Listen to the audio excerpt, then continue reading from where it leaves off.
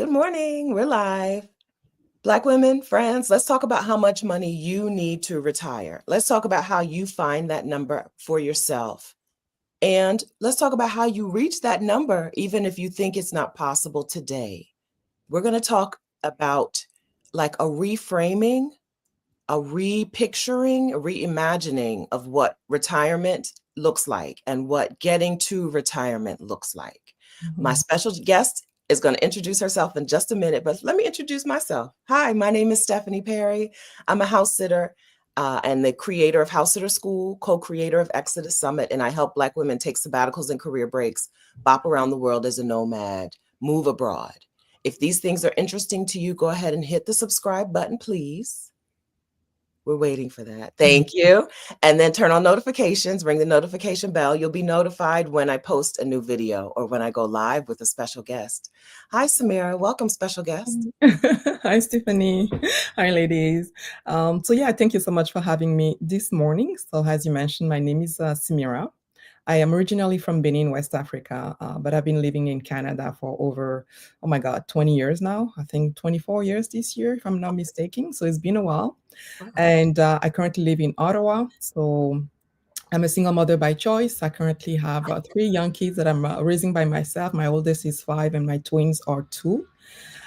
So I am a money coach. I do coach Black women on taking control of their financial future by becoming better investors and also living their best life today. And I consider myself a cycle breaker because I'm always on the hunt for things that society and culture is telling us that we should do. And I see how I can actually not do that. not fit the mold. So I definitely consider myself as a cycle breaker. But yeah, happy to be here. Welcome. And hello, friends. Welcome to everyone in the chat. Hello, Harziz. Hello, V. Wolford. Hello, Amita. Hey, Viola. Hey, Diamond, Empress. Hello, Opportunity Awaits, and Imani and LMB and Cheryl. Friends, go ahead and say hi in the chat. Hey, Brittany. Hey, Fashion Tech Nova. Good morning, friends. Marsha, Valerina. Say hi in the chat. And if you're watching the replay, say hi in the comments. All right, we're going to get right into it. So you said a few things that already the chat is interested in hearing more about, but I'm going to star those things. And we're going to first talk money. Yeah. And then we can talk some of the other things that seemed interesting to the women in the community in your introduction. Okay. All right. First, let's talk money. So what I know about you is that you are now financially independent. You've reached a FIRE number. Okay. Is that right? So not yet. Okay. What I've reached is Coast FI. So when you talk about financial independence, there are different levels. And so the ultimate, I guess, like the most highest level is the financial independence. That's the number that when you reach that number, really, you don't need to work anymore. You don't need to make any income because your investments are making enough money for you to sustain your lifestyle. Okay. So what I've reached is Coast FI, which you don't hear much about, but I think now it's becoming more common because people are also realizing that it is also a valid option, in the way to financial independence. So Coast FI is essentially that you have invested enough for you to have money to sustain in your retirement. So you can decide whether you want to. So for me, I looked at it as of 55, I don't want to have to work anymore. So even if I work, I want it to be optional. So then I came up, I was like, okay, so how much do I think that I will need per year for my retirement? And so you have to also to have an idea of, your, let's say, how long you think you're going to live. So for me, it's like 101 years because I want to go past 100. So I'm just going to add 1 year to it. Plus, yes. So from 55 to 101. And so I want to make $80,000 each year from 55 to 101. How much do I need to have right now in my investments based on my return, based on what I've actually invested in? So then I make sure that when I'm at 55, I'll have enough in my nest egg so I don't need to work. So that's what this Coast FI is. But what Coast FI brings you, which is, I find really, it's freeing, right? So essentially, once you reach Coast FI, you don't need to invest anymore for your retirement. The only thing that you need to care about is how much you need to live today. And for a lot of us here who are looking to move abroad, it is amazing, because really, when you think about it, well, that really opened the door for you to actually move abroad. Because if you go somewhere where you only need to make 30 or $40,000 a year, you can do anything, even like part-time, or like work 3 months out of the year and just make your 30, 40,000, and then not have to work anymore for the rest of the year, because you don't have to invest again for retirement. Because a lot of people, that's what we want, right? We want to invest for our future, but once your future is already secure, because you already have enough in your nest egg today, well, your investments are working for you, so you don't need to put anything in there. You just need to take care of you today. So that's what I find is really freeing. And I think more Black women should be actually focusing on reaching Coast Fi more than financial independence, because the financial independence number can take you many years, and a lot of us can become discouraged. But if we want to also move abroad, it's a valid option to just say, how much do I have in my nest egg today? Is this going to be enough, when I actually retire? Because nobody wants to work forever and retire poor. Once you have that satisfaction, and you're sure about that, then you're like, okay, how much do I need to live today? And you may be making 120,000, but really you only need 30,000 for your lifestyle. So let's move abroad. Let's go to Thailand, Vietnam, I don't know, Colombia, anywhere where you can live your best life and maybe work just 2-3 months out of the year, part-time, do something freelance, or, be a consultant, and not having the pressure that you still need to invest for your future. Yeah. So I have a couple of questions. So you're saying that Coast Fi means there's enough money in your investments that you don't need to add more money into those investments for them to pay you the dividends to live from when you're 55 to 101. Correct. Okay, good. So then, great. It's not good. That's amazing. So then, I had another question about so then this $80,000 number. Yes. Right. Okay. Can we talk about this 80,000? So you sat down with the pen and paper and a calculator, and you calculated that when you're 55, from 55 to 101, you're going to need $80,000 per year to live your life. Where is that? Yeah. So I'm including a lot of things in there because I will be traveling, right? So for me, essentially, right now we'll be moving to Mexico next year. So with the kids, I'm still gonna be having some expenses, but by 55, I think that they'll be grown and they might not need me that much. But I intend to be traveling. I intend to be doing things, so that's why it's actually high like that.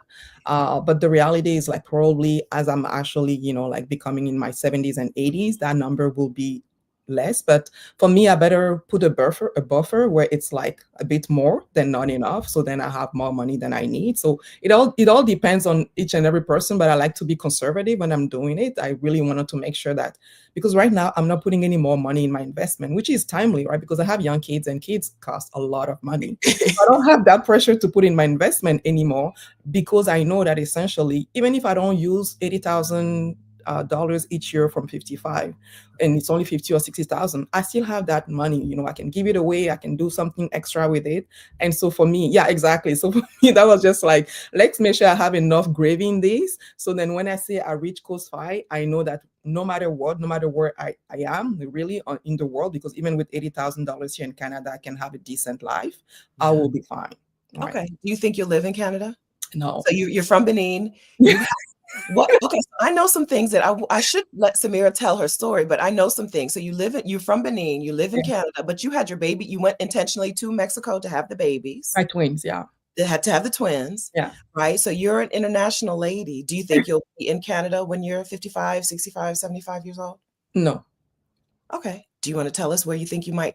So hopefully, so next year I'm moving to Mexico with the kids. As you mentioned, my twins are born there, and because they're born there, they're Mexican citizens, and because I'm their mom, I got the permanent residency. So it was it was very strategical for me when I did it, and so through me, my oldest also got permanent residency. So really, we can go to Mexico any day, all of us. We don't need to do any immigration papers anymore. I can work in Mexico if I want, which I'm not gonna do, essentially. But honestly, for me, it was a way to actually making sure that whenever we're ready to move, I don't have to be dealing with like applying for permanent or temporary residency. So it was very strategic that way. And so for me, I think, so I always wanted to speak Spanish. I dance salsa. I love the food. I love the culture. So I decided to start with Latin America, so Mexico. And then eventually I also want to also go to Costa Rica for maybe a few years there. And the goal for me is eventually, after really, being few years in Latin America, the kids and I probably will move to Asia, because I really want to live in different part of the world. And I also want to experience that with my kids. And so that's one thing that also I want to encourage, Black women like me who are like mothers and we have young kids. Sometimes we think that, want to wait for the kids to be a bit older. Like you need to live, like the kids want to live the life with you. Yeah. Honestly, like you don't realize it, but like it's a gift that you actually giving to them by allowing them to live the life with you, because by the time they're older also, they'll have friends. It's harder to take them away from their friends. Right now my kids, they have friends, but they can go anywhere. They might miss their friends a couple of weeks, but they'll make other friends over there. It's much easier to actually do it when the kids are younger. And by doing it when they're younger, it will be part of their way of living, being able to move abroad, to live in different countries. That will be kind of like part of their DNA. So for them, it will be just natural to go live somewhere for 2 years and maybe decide to settle somewhere. But I really want to give that gift to my kids to have that world experience. And so that's why I'm actually doing it when they're actually younger. All right. So the chat is really impressed by your strategy, by how smart this was to have. If you're going to have babies, I'm a cycle breaker, LMB. That's right. Years ago, I thought if I get pregnant, I'm having a baby in Brazil. Right. I'm going to Brazil. Yes. At that time, Brazil was where I thought. Yeah. I hadn't been enough other places, but at the time I was like, I'm having my baby in Brazil, because Brazil is one of the countries, I think one of the few countries that gives you citizenship. Yes, maybe permanent residency. It used to give you something strategically beneficial. All right. Yeah. So a couple of different directions. So we're talking about money, but I want to talk about what you think your retirement years will look like. Now, I don't know enough about Canada's healthcare system. Is healthcare one of the reasons that you don't think you'll age in Canada? Or no. Is y'all's healthcare system solid enough that you don't have to worry about that? So I won't say it's solid, but it's more accessible than it is in the US. So as an example, we all pay for healthcare through our taxes. So essentially, it's more accessible in the sense that giving birth is not going to cost you an arm and a leg. People don't go bankrupt here because of medical expenses. Even if you don't have an employer that is giving you medical benefits, most of the time you can still go, and get like your teeth clean and have the basic health issues being taken care of. And even for surgery, the only thing here, because it is accessible and it's sort of free or not so expensive, you have long lists of you have wait times that are really long. So sometimes, let's say if you're supposed to have a knee surgery, you might have to wait for a year to have a knee surgery. And that's where also having your money really in place will help, because a lot of Canadians will go to Mexico, Turkey, or other countries to get what they need in terms of surgeries done faster. Even if here they could get it, but they have to wait a year or a year and a half. I'm not waiting for a year because the knee is bothering me. So I'm just going to go somewhere where I need to pay, but I don't have to wait for too long. So it's just a better system that we have here, but we all pay through our taxes, essentially. Yeah. Okay. All right. So healthcare is not the reason that you're like, I'm not going to be a senior here in Canada. No, I think it's the winter. That's one thing. And so I have endured the winter. Honestly, Stephanie, I've endured the winter way longer than I should have. And you know my story, because I was here also helping my younger siblings to come. So I felt like I needed to stay in Canada longer than I wanted to. And so now I'm like, and that's why I'm like, I don't want to wait for the kids to be older. There will always be a reason, and so I don't want that goalpost to be moving. I'm currently 42. I don't want to be doing that in my 60s. I want to do it now that I'm still healthy and I have the energy to go and do things. And so with the winter is one thing. And I just mentioned taxes. We pay a lot of taxes. Listen, my taxes are around 35-40%. Can you imagine? You make 100,000 and 40,000 is going into taxes. So, and the cost of living is high here in Canada. And the reality is after 20 plus years, I'm like, this world is too big for me to just like, stay here and be complaining each winter on how it's cold and how it's long. The country is not gonna change. So, and I'm not a tree. I need to go where I feel like, I'm going to be having a better life and I actually can afford that. So let's go. Right, so you tell us what the weather is. What's happening in Ottawa right now? How's your weather? Well, so we have already snow. We have had our first snow for last week, and I was so shocked because it's really rare that we get the snow so early. So this is going to be a long winter. Like last year, we didn't have snow until close to Christmas Day, where people were even complaining that they were not gonna have snow for Christmas, and me, I was just like, yay! So this year we already got snow, and today is November 15th. So it's going to be a long winter. It's going to be cold. It's going to be freezing, and the country is just the country. That's what it is. This is Canada, right? So it's not gonna change. And so I was just like, okay, this is like 3 or 4 months, in the year that Semirath is not enjoying her life because it's not my thing, right? So, Yeah, that's right. Yeah, I talked the other day about how we excuse, or not excuse, but we understand people who say I'm moving because of the weather. Even if we don't understand people saying I'm moving because of cost of living or because of lack of safety or because my neighbors are terrible people or whatever. Yeah. We don't understand those things, but we totally understand I'm moving. I can't deal with this winter. No. Not one more time. Well, not one more. So this is your last Canadian winter, probably. Yes. Congratulations. Yeah, that's the thing. That's why I'm saying it. I'm looking at the positive. I'm like, oh, the snow. This is the last time I'm seeing the snow for a long, long time. So this is good. Congratulations. The last one. Short timer. From now, like you'll be out there like, oh, snow, no problem, right? No problem. I don't have to I'm do fine. Yeah. Good. All right. So how did you get, so let's talk about how you got to this point of Coast Fi. So you're saying, you would say that you don't consider yourself financially independent yet, but not having to invest any more money and knowing that you're going to have this $80,000 a year from ages 55 to 101. Yeah. I don't know, friend. I think you're financially independent. Well, no, because I still have to work, right? So if I stop working today, then I don't have money.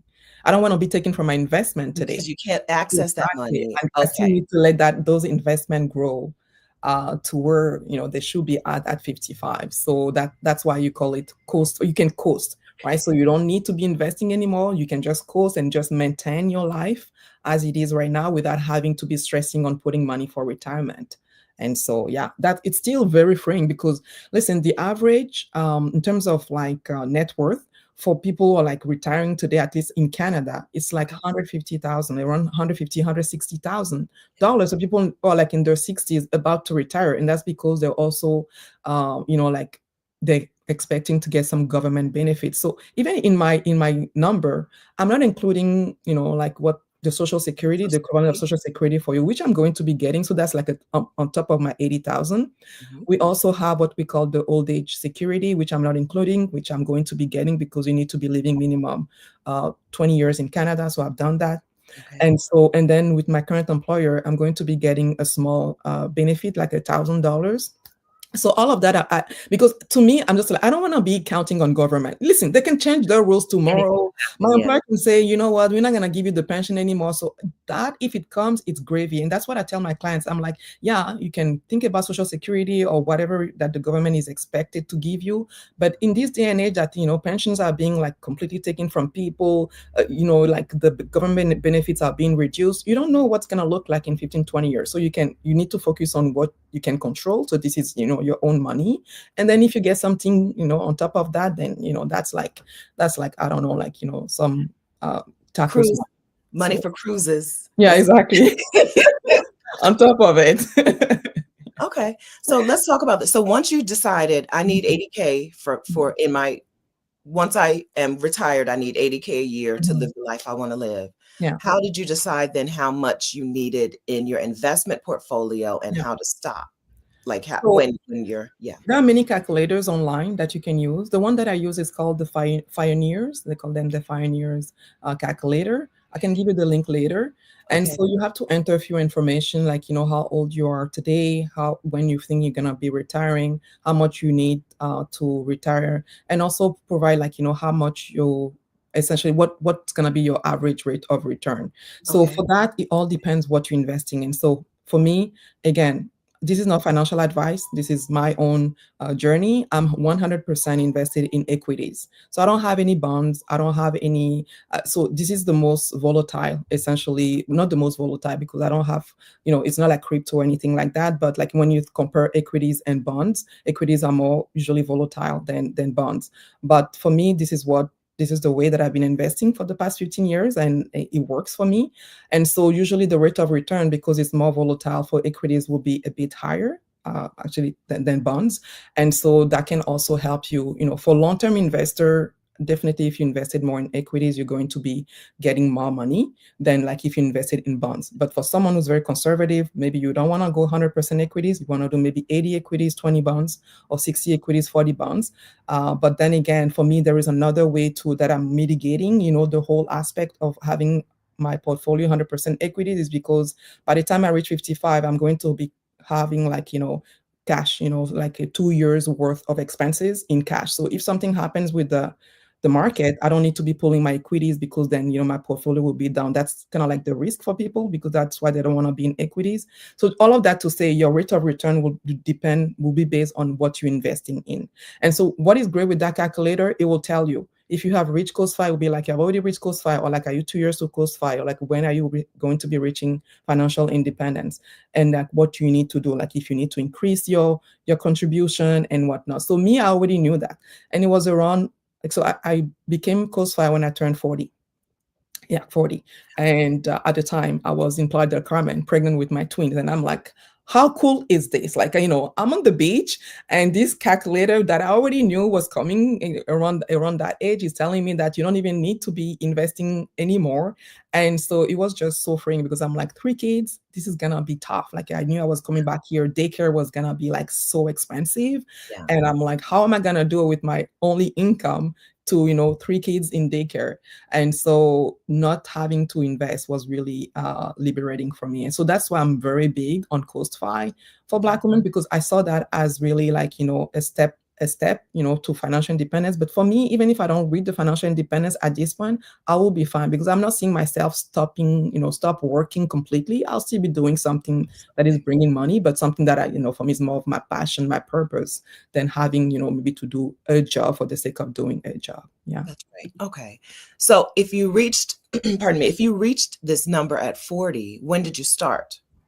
I started earlier. So I started early. So I started when I was 25, 25. So here's what happened. So I went to school. I did everything at the beginning that you were supposed to do. You went to school.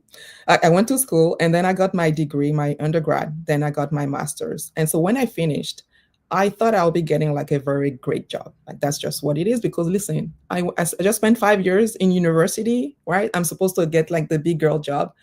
I couldn't find a job, Stephanie. It took me so long to find a job. And finally, when I was able to land a job, it was a uh, customer service, like in a call center, Okay.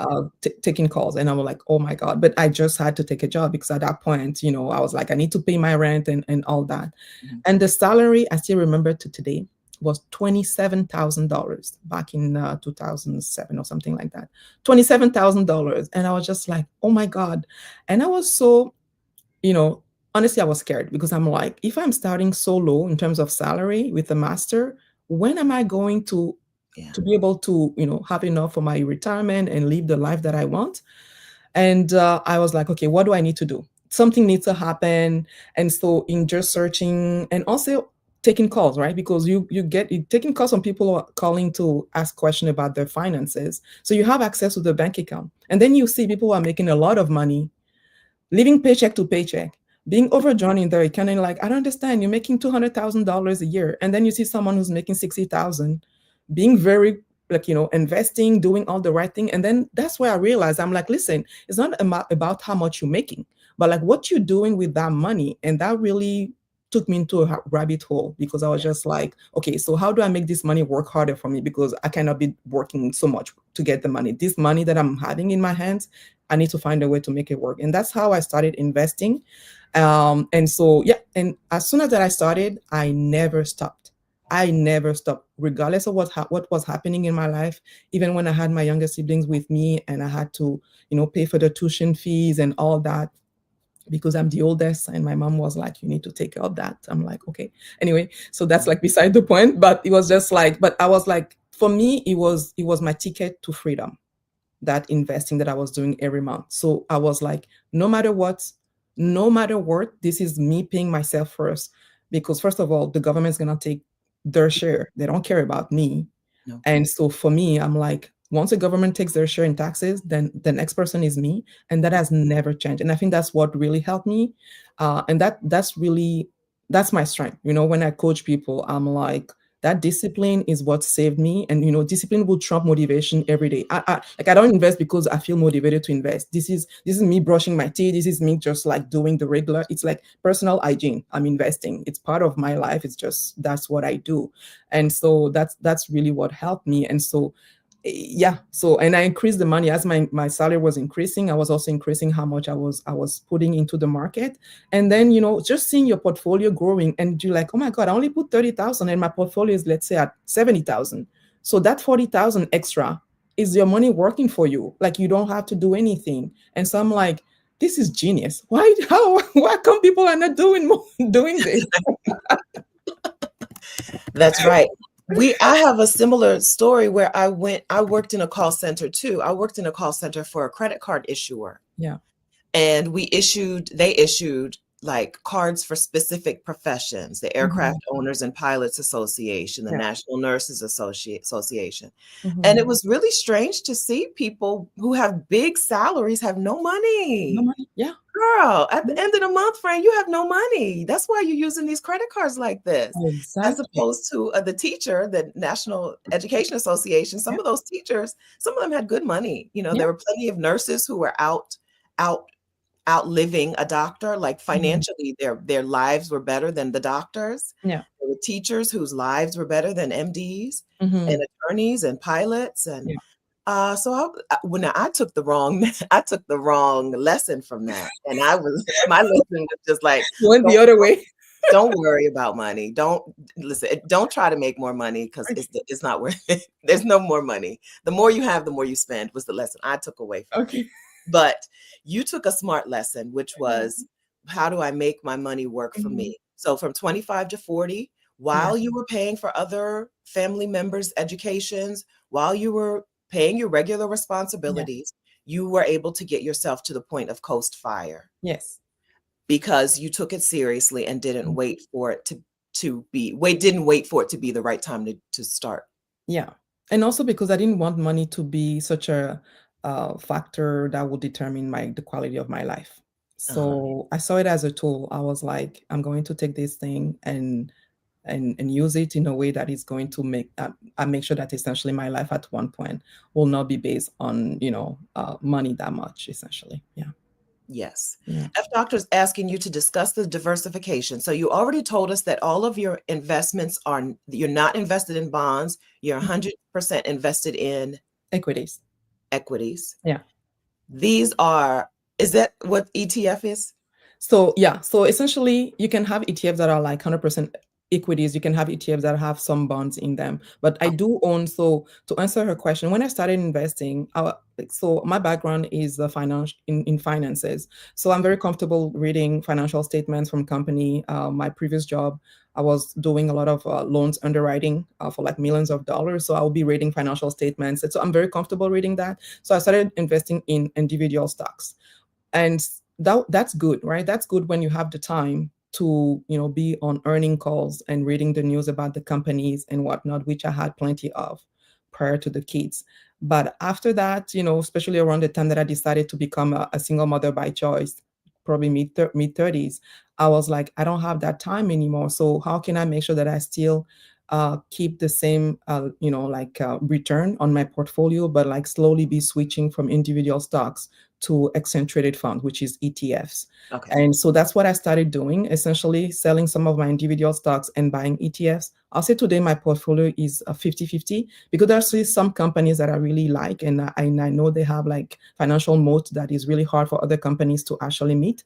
And so for me, I was just like, I'm not going to get rid of this company, but there are other companies that I've sold because also it was just too much work to be able to track all of those companies and see, when are their doing their earnings call, like when is the dividends being paid, all that. So the ETFs, it's less like, of course I pay a little bit in terms of fee, but it's very negligible compared to, like having asset under management. But so I'll say right now it's 50-50. It's like individual stocks 50 and then ETFs 50%. And same thing, for my kids education fund, it's just ETFs. But my retirement, it's 50-50. Yeah. Oh, even your kids' education fund is invested. I don't know why I didn't think about that. I always think of that being a savings, not an investment. No, that's the thing that we need to stop. So here's the thing. They're not going to be using that money in the next 2 or 3 years, right? Right. So they're going to be needing it in the next maybe 15 years. And so because it's long-term like that, I need to put it somewhere that I know that long-term, first of all. So here's the thing, even when it's savings, you're not beating inflation when you're putting your money in a high yield savings account, right? So your money, each day you're losing purchase power. And so because I want my money, first of all, to beat inflation, because I don't need that money right now, all of my kids' education funds are invested in 100% equities. Again, this is my strategy. I'm comfortable with that, but it's not, I don't have individual stocks for my kids' education fund. It's everything is exchange traded funds. Yeah. Thank you. Okay. Thank you for that. All right. So can we talk about someone who maybe does have 15 years, but the fifth, like you, but those 15 years are ages 40 to 55 or 50 to 65. Can we talk about somebody who's starting to invest today? Yeah. Is Coast Fire an approach that they should be taking too, or is there a different type of financial independence that they would want to look towards because they're starting in their 40s or 50s? Yeah. So you know what? And I've seen some of my clients, actually most of my clients are in their late 40s, early 50s. And the conversation when we start is always like, oh, Semirath, I know you're starting in your 20s. I wish I could go back. But, and now that, and people come and they feel like it's too late. And I'm like, listen, it's better too late than never. And the reality is that, except if, talking to me from the grave, it's what, we can make this work. The reality is, the rules don't change because you're 20, 30, 40, or 50. When it comes to investing, you still need to determine the number you want to hit, how you're going to make that happen, what you need to put in place. The automatic, investing is definitely better because it trumps everything. If you have to do it manually, you're not going to stick to it. So there is no difference. The approach is not different, but the reality is like you may need to put a bit more to reach that goal compared to someone who's starting in the 20s. And that might still be a good thing because chances are you're making more money in your 40s than in your 20s, right? So let's say when I started, Stephanie, I was putting $50 a month. That's all. I was putting $50 a month. So maybe, I had that luxury in my 20s, but maybe in your 40s, you might have to put $200 a month to reach Coast Fi, depending on your number. And again, the Coast Fi number is different from one person to the other, right? My number is based on how much I would like to have. And I put it at 55. Most people, they say they want to retire in their 60s, so they might put it at 65. So you still have 10 years extra that you could work and make money. So I'm being very, like, just that honesty at 55. If I wake up and I don't want to do anything, I don't want to have the pressure of doing anything. But maybe someone else, they were like, yeah, no, I'm still okay to have to work until 65. So that's an extra 10 years you give yourself. And then, you let your money work an extra 10 years. So definitely you can reach Coast Fi a bit earlier than someone who's starting at 55. So there are like a lot of factors. And that's why I tell people, we need to know the goal. You need to be clear on the goal. And, we cannot just be, sometimes people are investing, let's say $100 a month, but why are you investing 100? Oh, so-and-so told me that I need to put $100 in my investment, but there is no goal. You don't know why you're doing it. So just you knowing why you're doing it is even like a great motivation for you. Those times that you feel like you want to unplug your investing, you're like, no, no, no, this is serving me in the future. Like my future me is gonna thank me because today I'm making that choice. And so the strategy is not different, but essentially how much you're putting in it might be a bit more. You might have to retire a bit later than when you want to retire if you start in your 40s. But to me, there is no age to start. Even if in your 50s you have never invested $1 in your life, you can still start investing, because at the end of the day, you will still end up in a better position than had you not do it, essentially. So you might not have something that might give you full, cost 5, but you have enough that maybe you can reduce how many days you're working a week, to 2-3 days. You can reduce how many months you work in a year. So that's still, some freedom that you're getting back that you wouldn't have if you haven't started investing. Yeah. In the financial independence world, there is like Coast Fi, there's Barista Fi, yes, right? Which is like, Fi. I'll need to still work a little piece of job. Yeah, I'll need a part-time job. Lean Fi, right? So there are different types of goals that you can work towards. Yeah. That will fit your needs and your current situation. Exactly. Right. Working towards a place where your money is working for you. Can look different. Like that point where your money works for you can look different for different people. Exactly. Yeah. So Pam's asking a good question. So how do you know what your future self will need in retirement? I want to tell y'all, friends, $80,000 is a lot. Okay. $80,000 per year is a lot of money, especially for somebody who doesn't plan to be in an expensive place, doesn't plan to be in Canada, right? Yeah. If we're talking, you're going to Mexico, Panama, Thailand, girl, $80,000 is it's almost too much money per year, right? So, and it's possible, but you know what? Actually, I love hearing that, because that means that I'm in a even better position that I'm thinking that I'm actually in. But like I tell you, like, when I retire, like, from age 55, I want to be able to take that trip, crazy trip. How much is costing? I don't know. Like, so I'll say probably a third of that 80,000 is going to be traveling, is going to be doing all those type of things. So just to answer the question, so here's the thing. So like I said, ideally, when I'm in my retirement, I don't want to be in Canada. So where do I think that I'm going to be in? And so that's where, you need to get into, communities where people are living. So that's what I did, like, in Mexico, how much I think I may need using Numbeo, all of those things. And so also I need to keep in mind, at 55, let's say, in like 13 years from now, my kids, so the oldest probably will be like starting college, and then the other one will be, let's say, in high school or something like that. So I may or may not need, because that's why I'm starting their education fund right now, to still put some money for them for their education. Okay. And they may want to, study abroad as well, right? So you need to actually, so here's the thing, there are like foundational expenses, which is essentially your housing, your transportation, your food, utilities, all of those things. So you need to have an idea of where you think you're going to be, how much does that cost. And again, we're not going to take into consideration inflation here. We just need to take the money, the numbers that you have right now. And I always put a bit extra. So let's say, I see that it's going to be like average $1,500. I'm going to go with $1,800, because I'm like, I just want to make sure that when I find that place, like, it's not an issue of adding a couple of $100s. So I always kind of like have a bit extra. And then after, you have to ask yourself, see what kind of lifestyle you want to have. If you're someone who's more like, your homebody, you don't really like to go out that much, and you don't travel that much, you don't do much social activities, maybe you don't need that much extra. But I'm someone, I like to go out. I'm not doing much right now with the kids, but eventually I like to get out there and be social and do activities and doing all of those things.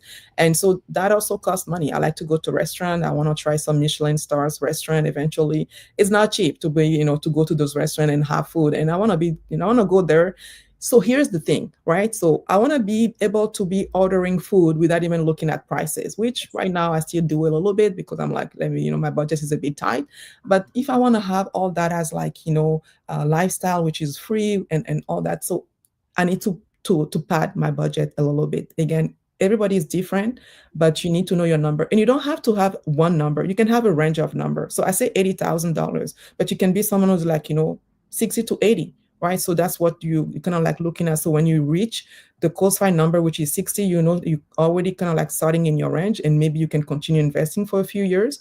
And then like you are in your range and you can stop investing then. So I hope that makes sense.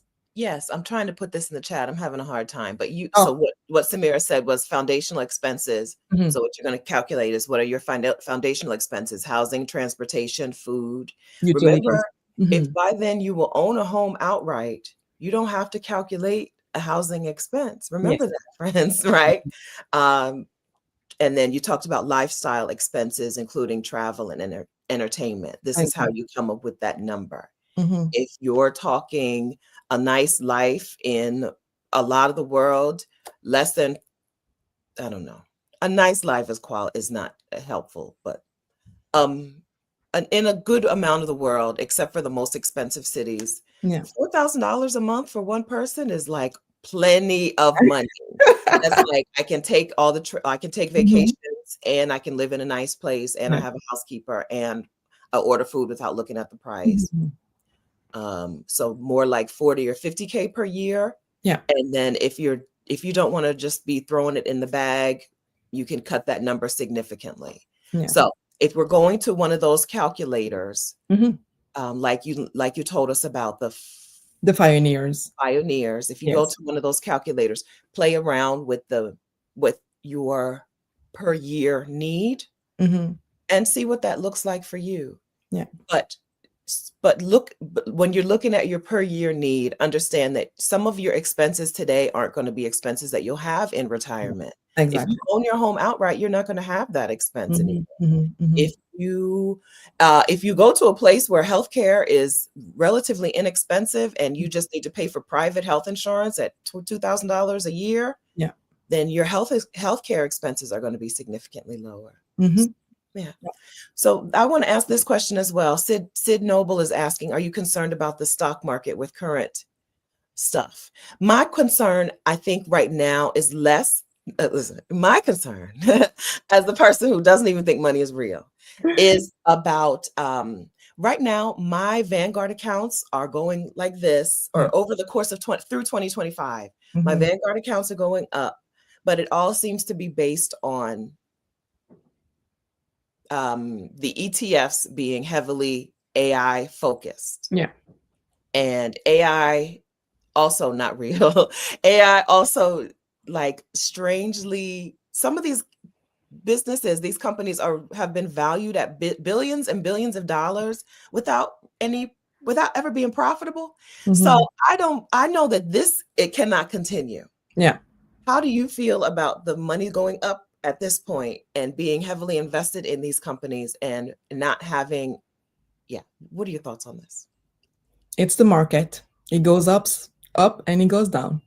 I don't check my portfolio every day. I rarely, in April when we had the whole tariff things and, we had such a, like decrease in the market, it's part of the market. And that's one thing that we need to get comfortable with. And that's why a lot of us Black women, we don't invest, because we cannot take, and we prefer to save and have our money safe in a high yield savings account, even if it's not really making money long term, because that whole, up and down, it's very difficult. You need to get used to it. But I see that as life, right? Life doesn't go up all the time. There's going to be times that things happen and you need to adjust, you need to change things. But the reality is, like, when you invest in the stock market, at least the way I'm investing right now, it is for the long term. So I don't really need that money for the next 13, 14 years. And so to me, I'm just like, it might go down, 20, 30%. But if you look at how the history, the market history, it always recovered. And so it has to recover, because if it doesn't, then we have bigger problem than the stock market. I think we have bigger issues than the stock market, because the reality is, like, when it goes down, then all of those companies who are not worth being there, they're going to disappear. But the ones who are strong, they're going to stay, and they're actually going to be actually being being more productive. So it's the same thing when internet was a thing around like 2000, where you had like so many companies who were overvalued. We're not too sure about, what is internet and whatnot. And when we had the downturn, well, a lot of those companies disappeared, but a lot of them still, remain. And today those are like billions dollars company. So to me, I don't really fear, because I don't really need that money. Of course, if you need to draw from your investment to leave, then your strategy needs to be different. You don't want to be putting all of your eggs in that basket, because that basket can lose value overnight. And then you're like, oh, I feel bad taking money when my stocks are down, which is true. Ideally you don't want to have to do that. But that's why I'm saying, by the time I'm 55, my goal is to have 2 years worth of my expenses. So essentially a minimum of $160,000 in cash. So that money, I'm not looking to grow that money. That money is more of a safety for me, because then if the market has to go down for like a year or two, at least I know that I have that cash sitting there that I can use. I don't need to draw for my investment. Again, not everybody will do that. Some people would decide, as they're getting closer to the age that they want to draw from their investment, to start reducing the exposure to the market. So instead of having 100% equity, they might do 80% equity and 20% bond, because if there is a downturn, usually bonds will be reacting differently than equities. Again, it all depends on your risk tolerance. I tend to have a higher risk tolerance, so it's not for everybody. And so, because I think I've been doing it for a long time, I've made my mistakes, I've learned from it. And so I know myself better as a do-it-yourself investor today. Yeah. Okay. And are you in the Canadian stock market or the US stock market? Both. Yeah. Okay. And then, so Farida's Beautiful Life says that's the difference between trading and investing. Investing is the long game. Correct. When you said you had individual stocks, but are you going to the calls and I'm like, oh, that's how you're supposed to do it? Because I'm like, I have purchased a couple individual stocks, and then I'll be like, well, how come the number not going up? The number going down. Okay, so apparently I'm not a person made for individual stock investing unless I'm ready to do those kinds of things. So you go to the Yes. Well, so some of them I'm on their earning calls, but the most important for me is like their quarterly statements, their year-end statement, because and the I want to read the notes. I want to read also the comment from the CEO to see what is their future strategy. Sometimes you can see companies and then they say, we're planning on like increasing our capital equipment by this amount, but so you have to look at it like, oh, does that make sense? Just to give an example, like I don't know if I can say company's name, but there was a company, they usually sell bags, and at one point they were saying that they were gonna be shipping all of those bags to Europe, but like that's a lot of money. Like, how are you gonna support that? And those are things that you have to say, okay, is this going to be really beneficial for the company, or should I just take my money and run? And so if you're investing in individual stocks, you need to be comfortable reading statement. You need to be comfortable with financial ratios, like, what is the PE earnings? Like, how does that compare to other companies in the industry?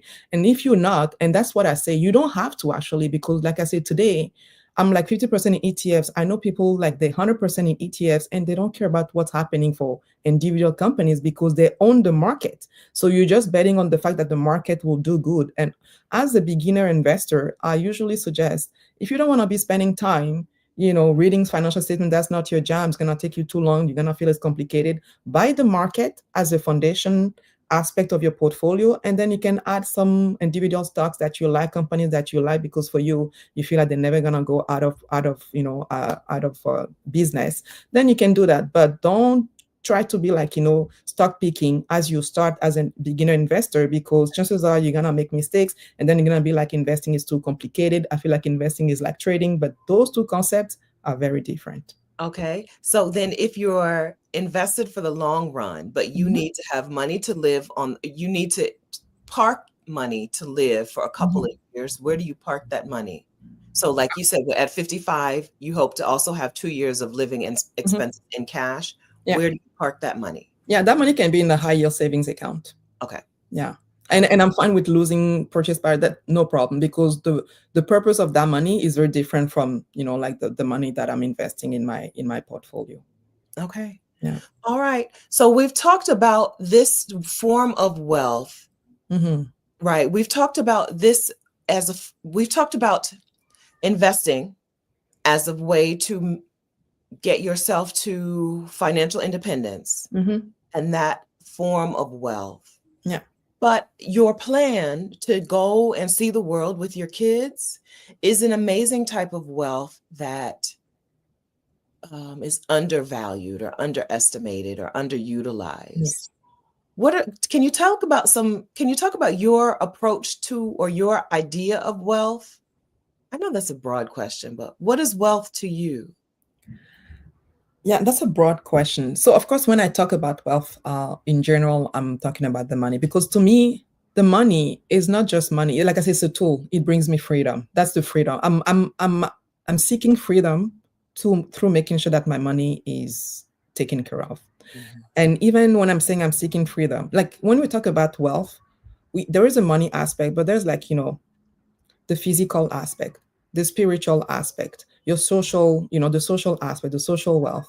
And it's really like those different things that you want to have in place to have for you to feel like you actually living your life, the life that you want to live. Yeah. And so a lot of times, especially in our community, that we tend to demonize what money, and be like, don't talk too much about money. People who talk about money are greedy and whatnot. And that is really holding us back. I'm going to be quite honest. It's putting us in a situation where we're not doing what we should be doing. First of all, to making sure that the money that we're building is taken care of. Insurance, having the proper insurance in place. We don't want to talk about life insurance because nobody wants to die. Like, I don't understand. It's not because we're talking about life insurance that you're going to be dying tomorrow. Disability insurance, a lot of us don't have that. Meanwhile, you have more chances of becoming disabled than dying. Estate planning, people don't want to talk about it. Like, even my own mom, I was like, we need to talk about, your assets, your liabilities. Oh, no, no, no, that's my business. It's not your business. But one day it's going to become my business. That's And right. then what I'm do I gonna take care of it. That's what right. do I do? Right. So, and the other thing is financial planning.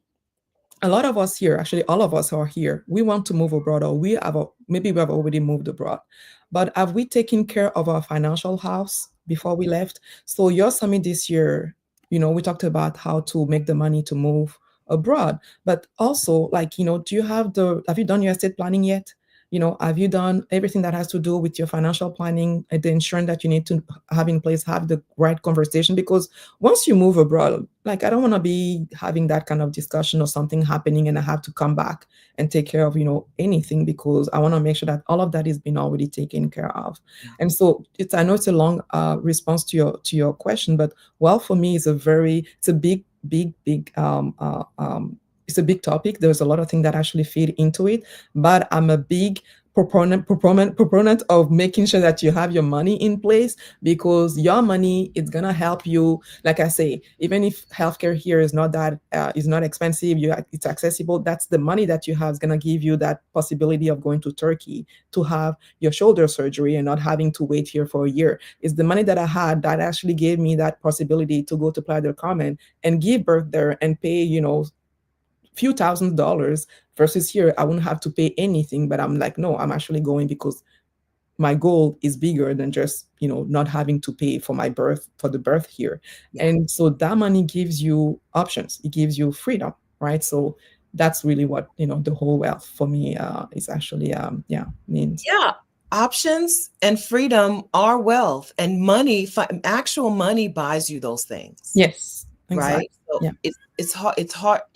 It may be possible in a different world. It would definitely be possible to have those things without money. Yeah. But in this world, money is what buys you the choices. Money buys you the freedom. Exactly. Money buys you the options to try something, to do nothing. Right.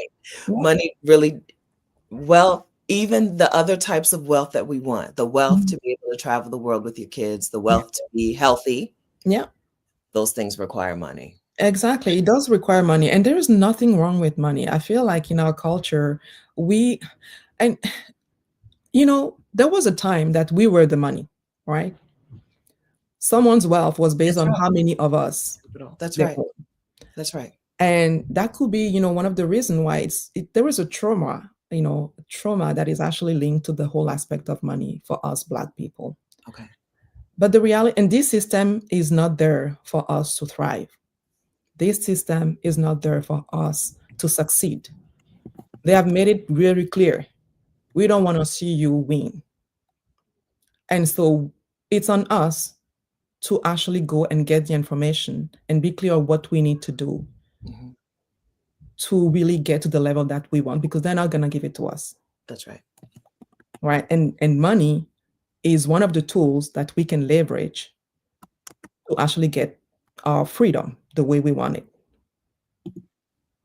So, yeah. That's right. That's right. So we were the capital. We call this system, this economic system, we call it capitalism, and we were the capital. Yeah. Whether we were in the United States or some Caribbean island or some Haiti, we were the capital. Yeah.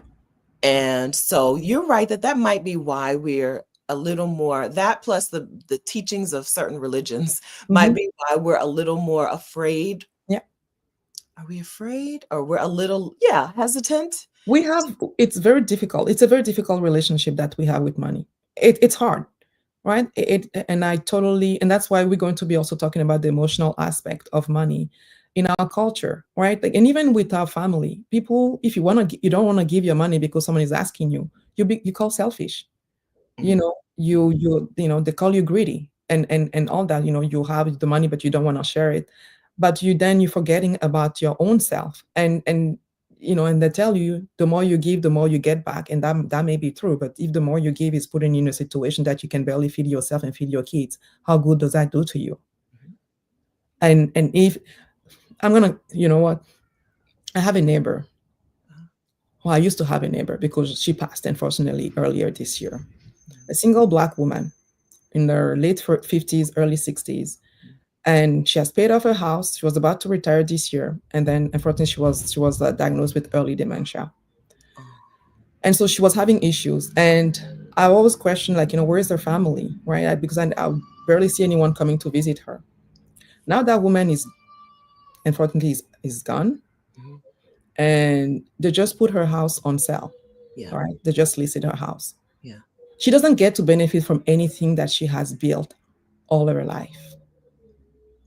And I can tell you because she told me her nephew stayed with her many years when he was going to university. That same nephew is still here in Ottawa, and I barely saw him when she needed the most. Yeah. So you need to question yourself, Black woman, when you just pouring into others. It's the same thing as paying yourself first when you come to investing. You need to pour into yourself first. The whole idea of building wealth is not for anyone else to benefit from it before you. I'm not building this wealth for anyone else, even my kids, to benefit it before me. I'm going to get to benefit it first. And because I'm going to benefit it first, and I'm going to be, mentally stable and healthy and happy, my kids are going to benefit from it. That's the way it works. That's right. So it's also important as we build, and I know the society and the culture doesn't let us do that, because as Black women, we are conditioned. You need to give, you need to do, you need to work hard, you need to do all of those things, and not even think about yourself. We are creatures of God. We don't need to earn our wealth. We don't need to earn our rest, our ease. We don't need to earn it. It's our birthright. It's ours. Despite what the society is telling us, despite what our culture and families are telling us, we don't need to earn it. So very, very important. And so, I see that when I saw that for sale sign that went up a couple of days ago, I was heartbroken. I started crying because just oh my God, all of that family were not there today. They're gonna spend the money. They're all gonna share it. But they're going to live. Help, nobody was there. That's right. They're going to use that money to live a life that she never lived. Yeah. That's right. All of that for nothing. So, yeah. So let's talk about, you've created something. You've created a summit. You've created a day, an event where we can come together and work on these aspects of being and becoming wealthy Black women, right? Where we don't pretend like money is not a pathway to these things. Sometimes people do these kind of things and they're like, but we're really talking about health as wealth. We're talking about wealth as well. Okay. Please, Samira, tell us about the Wealthy Black Women Summit. Yeah, so I decided to create that summit because, like I said, this society doesn't want to see Black women win. Anytime you see a successful Black woman, there's going to be someone's going to be hating on them because, Black women and success and Black women and wealth, a lot of time people don't see those going together. And even myself, when I started really going into circles where people were talking about building wealth and financial independence, I had to recognize that there were not many Black women in those circles. And to me, I was like, honestly, so here's the thing. Malcolm X said in 1962, the most disrespected person in North America is a Black woman. The most neglected person in North America is the Black woman. The most neglected and protected, and I think it says something else, but really the person who's having the most hard time in North America is the Black woman. That was in 1962. Yeah. We're in 2025. If there is one year that has showed us how disrespected, neglected, and underappreciated the Black woman is, it's probably 2025. Mm-hmm. How many Black women have lost their job? Mm-hmm. Only in the US. We don't get that bad in Canada because people are more politically okay. They don't do it like that in your face, but it does exist as well. That's right. And so we need to take care of ourselves, of our money, in a way that when things like that happen to us, it doesn't destroy our life. It's just an annoyance, but we can continue with our lives. And so for me, the Wealthy Black Women Summit it's really creating that safe space for Black women to come together and share about building wealth in the most sustainable way and putting ourselves in the center, the most important person when it comes to our wealth. So this is going to be my third year doing it. And so I'm very excited because I feel like if there is one year where I was like, this is, a year that I should be doing this summit, it's probably 2025. And so I'm hoping to really, we do have the Facebook group as well, but we need to be in community and being comfortable. Again, money has a lot of, emotional aspect to it that us Black women, we also need to work through so we can be comfortable handling money, even when we have a business, charging people the right way, because that's one session we're going to be having. Because sometimes we have those businesses, but we don't charge enough because we don't feel comfortable charging enough. But then what's the point of having a business if that business is not going to be able to sustain your life, right? So you need to be able to, comfortable charging. Yes, we like to share the knowledge. We'll share the knowledge for free. We'll talk to everybody. We tell them all of the good things.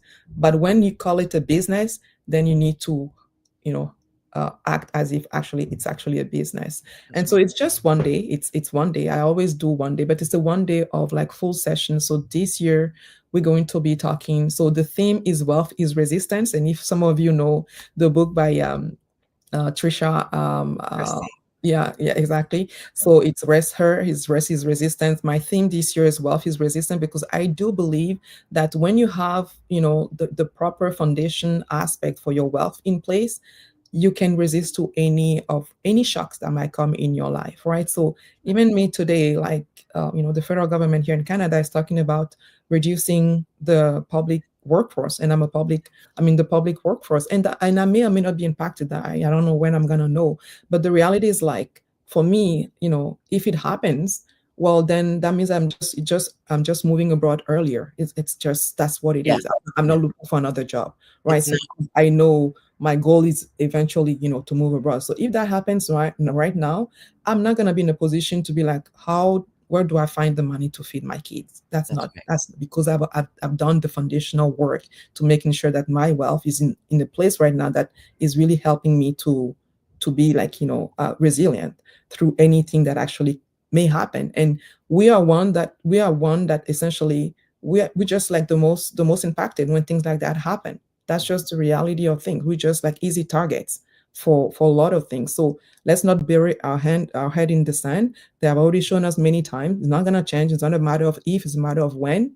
So, let's do the work now. And so, yeah, that's why I have the summit. And I'm very excited about it, to be quite honest. And like I say, we'll be talking about those emotional aspects of money that we don't talk, because a lot of time people get the numbers, but it's also how do I work through the emotions to making sure that I do the right thing for me? Yeah. Wealth is Resistance. So I have a handful of Black women friends and acquaintances who this year would have been really rattled, would have been really maybe destroyed from job loss, Yeah. who instead, because they had money, because they already knew wealth was resistance and had already taken steps. Instead, when the layoffs or the firings, the mass expulsion of Black women from the workforce happened, they were like, What? and what? And what? Right? How empowering is that? Like, I find it so empowering because each time that you talk about job loss, people are like, oh my God, you lost your job. And you're like, I'm good, That's right. I know more than one. Yeah. I know a handful of Black women this year who really able to just be like, well, this set me free. Okay. This cut me loose. Finally, now I can live my life. Yeah. And I knew a couple of my good friend Katrina, who it probably would have impacted her, except for a year and a half ago, she was like, I'm leaving the workforce myself. I'm leaving. Right.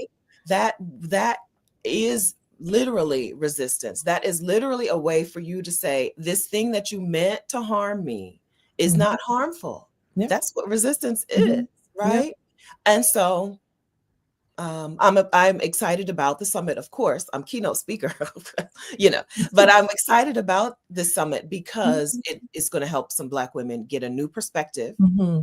A new approach, and actually take the action to live out that new approach, that new perspective of viewing wealth, of viewing money, of viewing her financial future in a different way, and taking things into her own hands, and not just saying, it's good for her that she was not just being able to celebrate you. Oh, it's amazing. She hit Coast Fi at 40, but also to be like, and here's my plan. Here's the thing that I'm going to do to make sure that I'm not battered by these people who absolutely want to harm me, who absolutely want this thing to kill me, right? Exactly. Yeah. And I really want us to also, so on some of my posts, because I've been posting about the summit, you'll get comments like, what do you mean a Black woman building wealth on her own without a relationship? And I'm like, what do you mean? So you intend to tell me that the only way a Black woman can build wealth today and not being in debt is that she needs to be in a relationship? Like, you're telling that to someone who's not in a relationship and has even decided to have a family on her own. Like, you commenting on the wrong channel here. Wrong one. Wrong one. Or like, be telling me, what do you mean Black woman building wealth? You mean that, she's not like, in a Section 8 collecting government benefits? And so you just like get how this society is seeing us. What, where are they seeing us? And so when you're talking about elevating from that and like I said, building the wealth and getting the freedom, it doesn't sit well with them. Like it almost frightened them. You're like, what? You're gonna tell me a Black woman is wealthy and that she's doing all of her thing and on her own? Like, so many times, even when I was in Playa del Carmen with my oldest, and people be like, oh, so is your husband coming? I'm like, there is no husband coming. Like, and it's just like, and also because where I was living, I really want to be close to the beach. So I chose something that was quite expensive. Someone will say it's expensive, but I was walking distance to the beach, and there are maybe 2 other Black people in that whole, the building that I was in. And so people will be commenting and they'll thought that I was married to some rich guy who eventually will come when I gave birth. And I'm like, y'all can wait forever because there is nobody coming. Well, at one point, my brother came to visit me. And so the lady at the door, she thought that my brother was my husband. I'm like, do you see how young this guy is? Like, no, he's my brother. And it's just, it was so funny. And so, but again, and then people will be asking, but what do you do for job? Like, what do you do for work? And you just realize that, you're just getting all of those questions because really you're a Black woman and maybe you are somewhere that they don't really expect you to be doing things that they don't really expect you to do and be so comfortable. And I had my nanny and I had my cleaner and, I didn't look like I was struggling because why would I pretend that I'm struggling because, you want me to fit like some sort of like idea that you have from me, like fit their story. No, it's not happening. No, that's right. Rashida and I just took the Ritz-Carlton cruise, right? Mhm. And the first time there were more questions than this time. I think for this time, the first time there were 5 of us, right? Yeah. 4 rooms, 5 people, and there were a Mhm. lot of questions. This time there were fewer questions, but the staff who was on the previous cruise, even though it was a different ship, we took a different Ritz-Carlton cruise a year and a half ago. Yeah. Some of the staff was on this new ship and they remembered us so well that I'm like, it's because they don't get a lot of Black women on here. Yeah. Right? I mean, it wasn't just like, you look familiar. It was like, oh, Yep. Stephanie. You're like the same Stephanie from last year. You Girl, remember? they don't get a whole lot of Black women on this ship. Yeah. Please, can y'all start spending your money? Come Yeah. on, go take this cruise so that these people can meet some other Black women out Yeah. here. And the thing is, a lot of us can be doing all that, but we decide not to do it because we want to save the money and to help family and to do all of those things. Again, don't worry. Like if you're not gonna be able to enjoy your wealth, someone else gonna enjoy it for you. Somebody's gonna spend that money and they're gonna be up on the Ritz-Carlton Yeah. yacht. Okay. They're gonna spend the money. They If will spend you've the seen money. that over and over again. My Yeah. parents had a neighbor die. I don't know. I'm really mad about it. I'm mad about it because she loved living in that house. She was old. She was in her 90s, but she Yeah. loved living in that house and she loved taking care of that garden. They sold their house for a grip. They sold their house for a good chunk of change. But as soon as they sold the house and moved her in with them, she died. I'm so mad about that. Let that lady live her life. Yeah.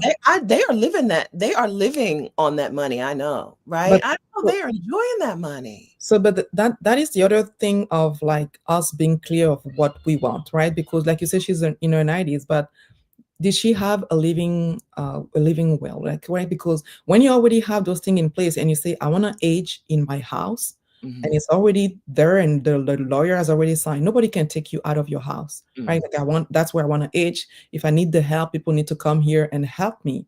And so like you say, they move her from one place that she really loved to somewhere else where she might be asking, where am I? And New doctors. yeah, the care that she's getting, Mhm. and then she died. And so for me, I'm like, while we are healthy, while we are clear in our mind, let's make decision to take care of our future self, because at one point we're not going to have the same physical energy, the same mental stamina and all that.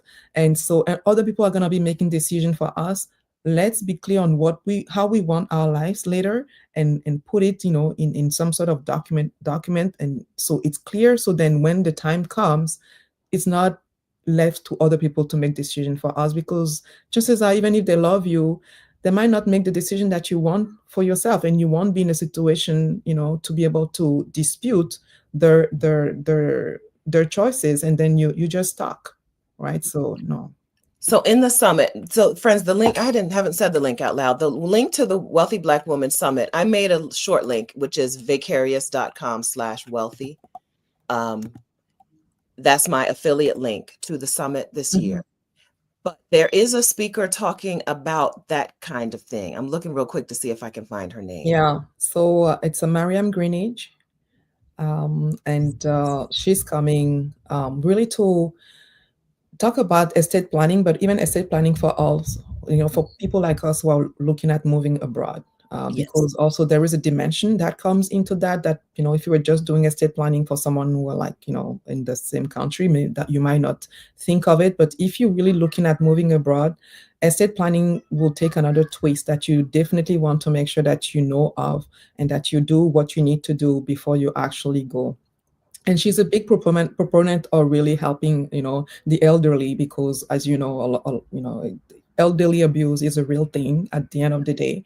And a lot of those older people, they have a lot of money and still end up in like retirement houses that are taking all of their money away without giving them the care. So yeah, she's coming to talk about that. And so that will be really helpful.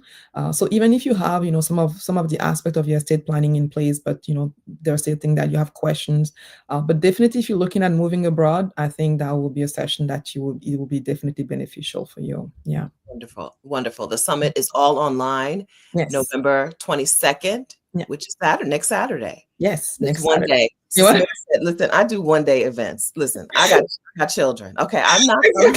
We're not gonna be doing no 8 days. Okay. One No. day you come, you get this knowledge and you go. Exactly. Well, the thing is, like, so the passes will still give you the replay. So if you can't attend all the session the day of, whichever pass you get, you'll get the replay. So the day pass give you the replay until mid-December or end of December, and then the VIP pass will give you the replay for a year, and also a half an hour conversation with me, which is great. But I want to go back to you being the keynote, and so there is a reason, honestly, that you're the keynote, because one thing that for us Black women we don't do often is really taking that time to rest and to just, like, take a break, right? So you're a big proponent of people going on sabbaticals and taking a career break and all that, and that's what you did, right? So you're living proof of that. That's what you did. And then what happened is that you realized that you could do something else to help Black women, and today this is really helping you also to live to sustain your life. But you probably would have never been able to get to here had you not taken that break. And so for us, the society is telling us that we need to be working all the time. We need to be like, if you're not working, you're lazy. If you're not producing, you're lazy. You have to be, producing, whatever you're producing, whatever you're doing. So it makes it, even me, sometimes I'm like, okay, I'm sitting here. What am I doing? What am I doing? Yeah.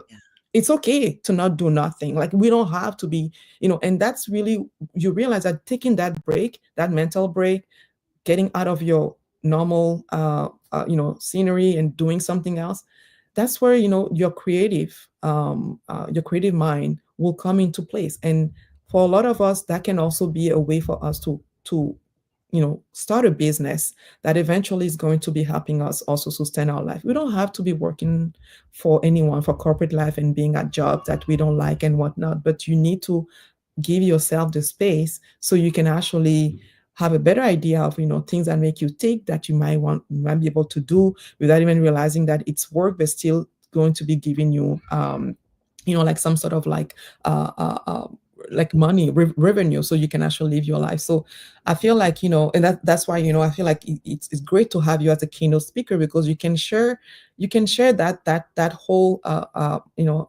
history. And of course you have shared, but like really being able to reinforce the importance, for especially for us Black women, to create that space, to be able to take that break, because that might be where lies the key to our freedom. That's right. And we don't do that often, and society is telling us we don't have to do it. And if you listen to society, you're gonna work until you die, and you're gonna die poor. That's right. We talk about liberation work as if it's work for all people. Liberation work is for you. Yeah. You set yourself free. Mm-hmm. Okay. Now other people will benefit, sure, but you Yeah. set yourself free. And Mm-hmm. I know that the career break, the sabbatical, the pause, as Octavia Rahim calls it, I know that this thing sets you free. Mm-hmm. Right. Exactly. I know that this break, this time away from work, this Mm-hmm. time away from the demands of other people, this time where you get to say, who am I and what do I want? Exactly. That is liberation work. Mm-hmm. That liberates you. Mm-hmm. Yeah. So thank you. So I'm excited to be there. And I can't wait. I hope I see some of y'all in the chat. I hope we'll see some of you there. I think I really appreciate your approach to wealth and not Mm-hmm. being afraid to talk about money and Mm-hmm. money as a pathway, a key, a doorway, or something to wealth and to living a life of abundance. Yeah. We don't Exactly. we don't have to see money as as only a thing that we give to other people. We Yeah. give it, sure. Mm-hmm. We don't have to view money as the devil. We can view money as a pathway to live a life of abundance, to live a Yes. life where And we it, and spend the it is. It is, because when you look at other people, that's the way that they're actually using money. So, why should it be different for us? Right? It should not be different for us. And the thing with us Black women is that we get a lot of pressure on our money, right? Yeah, So and so we feel like we're not even on control of our money.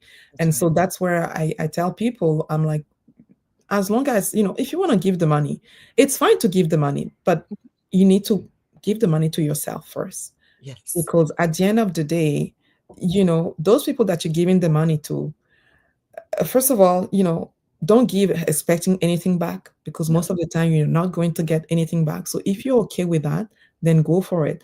But don't forget that at one point, you're not going to be that young anymore. You're not going to be that energetic anymore. And really, it might really be too late for you to build the wealth, because I mean, if you start in your 80s, I mean, at that point, it might be too late, right? So, and I think we really in that um, 30, 40s, 50s, I think for me is really that perfect stage of life where you can question things that you have been exposed to, like, the whole conditioning. Like, I was told that I needed to be married to have kids. That's what I thought. That's right. That's what I thought, because I was just like, that's my only way to actually have a family. And then, I went all the way to being engaged. And then I was like, I don't think I want to get married to this person. How do we do this? So, we broke up the engagement. I was like, I don't want to do this anymore. How do I get started with the family? And that was like, even for my mom, she's like, what do you mean you're having kids on your own? Like, what exactly are you doing? Exactly. It's by choice. And so, but again, I had to I had to break that cycle. That's that mentality of like the only way for you to have kids is that you needed to be married. A lot of us Black women find ourselves in our 50s, 60s with no kids and realizing that, oh, actually I could have done it by myself. Yeah, I wanted Just it. exactly, and because probably you didn't have anyone in your in your environment who did it, and so you didn't know that was actually possible. Maybe you saw some other people do it, but they were not really in your close circle. And so I'm like, why do we have to be sacrificing our dreams because of some society rules? That's Like, right. why it should not be, like that. Like, be know what you want to do and then just take control of it. And for a lot of things we want to do, fortunately or unfortunately, money is going to play an aspect into it. Yes. So the earlier you become comfortable with the notion of money and how money is going to be impacting your life, the better it's going to be for you to actually, hit your goals and do your things. And so today I'm very comfortable. Like, when I go to places and people are like, oh, like, are you divorced? Or like, at the dad in the kids' lives. And I'm like, no, all of those kids, they're mine. Like, I took care of them by myself. I'm very proud of it. And for people, they're like, oh, really? Like, what's your story? But I also know that I'm also, by doing that, I am inspiring That's another Black woman, a young Black girl who's like, okay, so that means if I can't find anyone in my life, I have that option. It is okay for me to start my family by myself. And so why can't we do that? Right? Like, why do we need to live by the society rules? And I know, like, for me today, like, being able to have my money in place, being able to be coast-fi, I'm making those decisions that I would never been able to make had I not taken money seriously early in my life. on my sabbatical. So I took my career break in part to live the life that I thought I wasn't okay. I lost a child in my early 20s Mm-hmm. and emotionally just didn't recover from it. I just let that destroy a good portion of my good years of living. Mm-hmm. And then one day at 41, I was like, well, maybe I need to start turning some things into lemonade. So I don't have children. I want children. Mm-hmm. Let Mm-hmm. me go and live a life that is not possible if I have children. So let Yeah. me go take the sabbatical and travel the world. Because Mm-hmm. at the time, I didn't know that people were traveling the world with children. It Yeah. is a thing. And as soon as I got out there, I saw them and I was like, Yeah. oh, okay, no, I didn't know they were doing that. But there are people who travel full time with children. Yeah. But I was like, well, let me go and turn these lemons into lemonade and go and live this life that maybe wouldn't be possible if I had kids. Yeah. And it was during that time that I was convinced, oh, I still want children and I'm still Yeah. going to do it. Mm-hmm. Right. That changed my life. Yeah. Having that sabbatical, having that free time to think about what I really wanted, to peel away the things that I'd let people convince me that I wanted or didn't want anymore or whatever, and really examine who I am and who I want to be and Yeah. how I want to live this next part of my life. Convinced me. That's when I Mm-hmm. knew, oh, Mm-hmm. I'll do it. I Yeah. don't know how I'm gonna do it. I don't know when I'm gonna do it. Yeah. I don't know how it's going to work out, but I know I'm going to do it. I know it's a thing that I want All right. because I've gotten to take this time and examine every piece of life. And why do I feel this way about this? And why do I feel this way about that? And what Mm-hmm. are the church convinced me of that I don't want to live by anymore? And Exactly. what did Mhm. capitalism tell me I should be focused on? And who is Stephanie? Yeah. And what does she want? Mhm. That's the thing that my sabbatical did for me. And so, we going one day we'll be on the same team. I'm working on it. I'm working on it.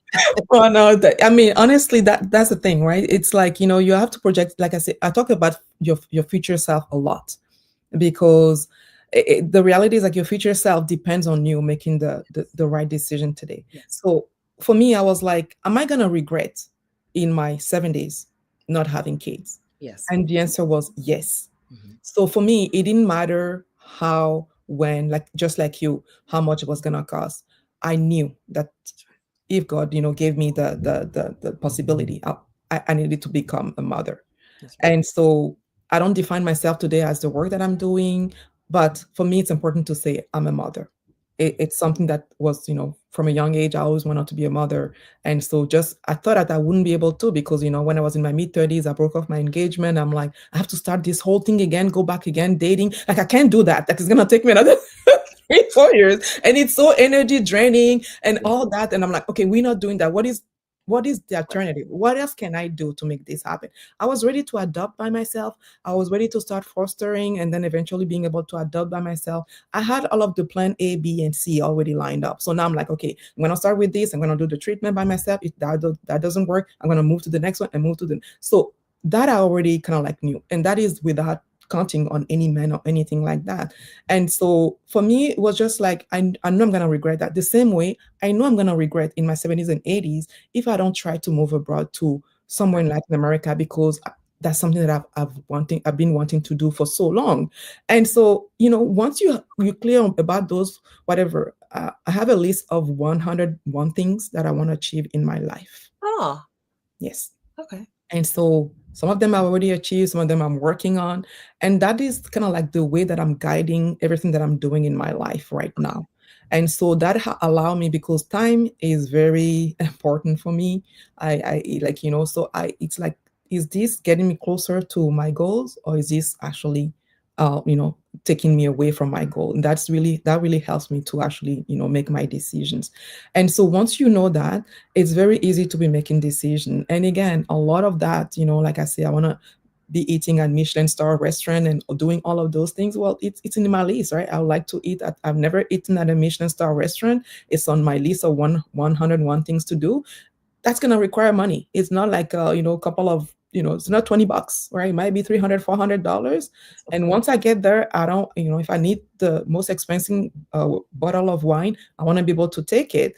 Yeah. Money is going to help me to actually do that. So that's why I'm a big proponent of Black women getting the money right, because to me, that's how we're going to be claiming our freedom and accomplishing things that we want to accomplish, regardless of whatever anyone says. Right. That's So, right. yeah. I don't know. I know some Black ladies with money. And I don't know any Black ladies with money who are like, eh. They living, girl. They out here living. Great. That's amazing. I That's don't what we know. want. That's right. That's right. That's Yeah. right. It does pay for, I've paid for peace of mind, Yeah. and I've paid for joy. Mhm. Joy. I don't know the difference between joy and happiness. I paid for one of them, whichever one you could pay for, by having experiences that you Yeah. could never replicate, right? Mhm. By living a life that is where you get to cast off things that want to hang on and be the barnacles of life that want to Yeah. be so awful and pull you under. Where you have the money to just cast them off. You don't have to deal with those things. Yeah. It's Yeah. worth it. It's worth Exactly. I want to address something that I saw in the chat. it. Okay. So I do talk a lot about Black women in the 30s, 40s, 50s, because that's the age range that I get from my clients. But is this summit for people that are older than let's say they're in their 50s? And so for me, the concept of money is not really is not reserved for any age range. My oldest is 5, and I'm already introducing him to some concept of money. Like, he knows, 25 cents, 50 cents, all of those things. And he can't have everything. And when we go to the store, we need to choose because we need to make some decision. The same way, even if you're like in your 80s and you feel like there is a need for you to learn more about money, there's still things that you still haven't mastered. And honestly, you're in your 80s, you can live, for us, like you can live until 100. I do believe that, honestly, like for a Black woman today to say I'm gonna live to my 100 years, it's not far-fetched, right? So there's still good years ahead of you. And like I say, it's better late than never. And so even if you feel like, oh, 80s is late, I'm not saying that, when you start like being conscious about money in your 80s is too late. But probably the progress that you're going to be having in your investing when you're starting in your 80s, except if you throw a lot of money at it, might not be the same that if you had started in your 20s. However, it is not impossible, right? So it's not impossible. And the thing is also that we're not only talking about investing at this summit. I'm a big uh, big advocate for investing. My session is about do it yourself investing, but we talk also about, like, the whole estate planning. So you probably have kids, you probably have grandchildren, and how to have those money conversation with them, how to prepare them, like the whole generational wealth aspect, that is also very important, right? So I think that, from my perspective, it's really for each person to ask themselves, are there still things that, my financial house needs right now to be more solid? And if the answer is yes, then I'll strongly suggest that you actually come to the summit. That's right. That's right. There's no age limit on feeling more peace of mind when you get money figured out, or when you put things in place for your future. Yeah. There's no age limit on that. Like it There's doesn't, not. you don't at 75 automatically now, you don't need to figure out money anymore, or you don't need to, right? It doesn't expire. Those things don't expire in us. And it goes for it goes for everything. I've seen, like I saw last time, a 92 years old running a marathon. Yeah. At 92 years old, like, sky is the limit. We love to put limits on ourselves. I mean, the society tells us we should, and sometimes we buy into it. But listen, like, sky is the limit. 92 years old running a full marathon, like, that's a lot of work. But that person did it, and I was looking, I'm like, oh my God, right? So to me, I find it really inspiring, and for me, it just opened the doors to whatever you put your mind to, you can achieve it. Like, you are your only, like, you put a restriction yourself, essentially. So if you say you do it, you do it. If you say you don't do it, then you don't do it, right? So it's just a matter of, like, knowing where you want to be, and then just dividing a plan to actually get to there, to the goal. So yeah. Have you ever seen that lady? She's in her 80s, right? That weightlifting lady, is her name Miss Ernestine? That lady, that Black lady who be out lifting weights and stuff. We accept certain limitations on the human body that are just arbitrary. And then we find out that you can break those limitations, and then everybody breaks free. But for the longest time, the 4-minute mile seemed impossible for me. It seemed impossible. Once Roger Bannister broke the 4-minute mile, everybody broke the 4-minute mile. Now high schoolers run 4-minute miles, right? Yeah, Ernestine Shepherd. Yeah, you were seeing her all over TV. Listen, that what is possible for you is not what people tell you is possible for you. Exactly. Yeah. The limitations that people have placed on human lives, is those limitations are arbitrary. Yeah. Okay? Live your life as though you are somebody who can do things that other people can't. And then do those things. Enjoy your life. Live a wonderful old age. I'm telling you, Miss Roberta was out here gardening in her 90s. Whenever people would say she's 90, she's 92, I'd be like, no, she's not. I'm not exactly convinced. She was out in the garden. My knees don't bend like that. I cannot squat. I tried to do a full squat a couple days ago, and I was like, I think those the body doesn't follow you. Like, what? She was down in the gardening, well into her 90s, right? What the future holds for us is what we decide it holds for us. Our future is what we decide is going to be. Yeah. That's so important. And like I say, for us, representation is so important. Like when I decided to become single mother by choice, I can tell you at least 2 or 3 people that I know were like, oh, I'm going to look into it. Yep. Actually going to look into it. And so I'm not saying to do that to inspire people or to make any decision to inspire people, but just by you living your life, you don't know who else you're actually inspiring. And so I'm pretty sure, like, I'm pretty sure, I know you, by taking that sabbatical, you have inspired thousands. That's right. Tens of thousands of Black women who would have never made that decision, would have never, like taken that leap of faith. And their lives today has changed because of that decision. But I'm pretty sure when you were doing it, you were not probably, having in mind that impact that it was going to have, because you were just trying to live the life that you really wanted to live. And by doing that, you gave the permission to other Black women to be like, oh, wow, this is actually something that I can do myself. Right. So you living small doesn't serve anyone. Nobody. Except for the people who benefit. Exactly. There are people who will financially benefit from you living small. Yeah, because and they want you to stay small. Yeah. So living by the rules, as far as I'm concerned, doesn't serve anyone. And so for me, I don't care about much about the rules today. As long as nobody is harmed, I'm not, there's no derogatory comments, and it's like, if what I want to do to me makes sense, because there are people who are like, what do you mean you're gonna go to Mexico with 3 young kids? You don't even know anyone there. Like, are you crazy? And I'm like, maybe, right? Maybe a little. You have to be a little. But people who have achieved things in this life, they had to be a little crazy. They had to go somewhere where nobody has been, and then leave some, footsteps, so someone else can actually come behind them and be like, this is the way to get there. And so, yeah, I'm like, shoot for the sky, and you may land on the moon, but you'll definitely be higher than like being on the earth. So that's right. And you do know some people in Mexico. You're part of the Exodus Summit community. Yeah, exactly. Yeah, but for them, they're like, I have family there. I mean, I can understand, I can get by with Spanish, but I'm not fully fluent just yet. But what they're saying is me taking the kids there, and they're like, that's for them. They don't say to my face that I'm irresponsible, because they just can't. But you can, they can like, oh, okay, yeah, you should. Exactly. But yeah, but they also, for those who know me, they've also seen me making some decision in my life, and they're like, yeah, if there's someone who's gonna do something like that, it's probably you.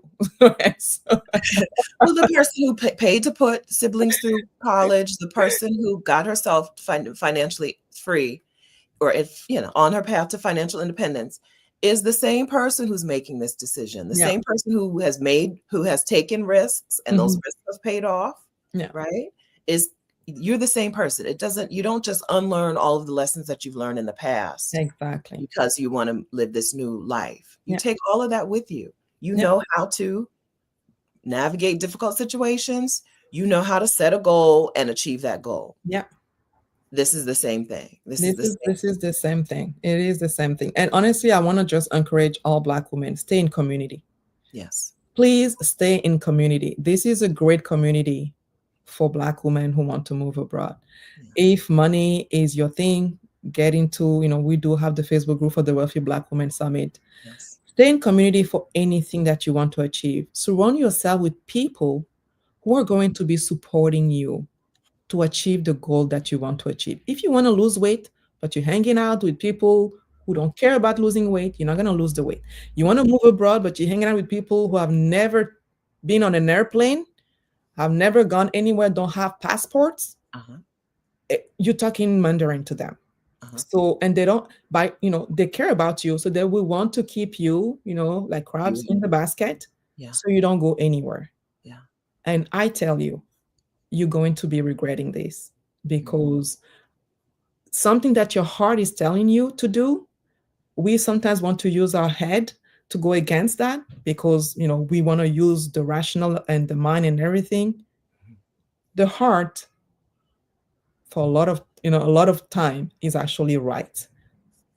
And it's either you're going to listen now, or you're going to regret it later. Yeah. And so if you don't want it to be your regret later, stay in community with people who are going to be supporting you, who are going to be holding your hand, keeping you accountable for things that you actually want to achieve. That's right. Yeah.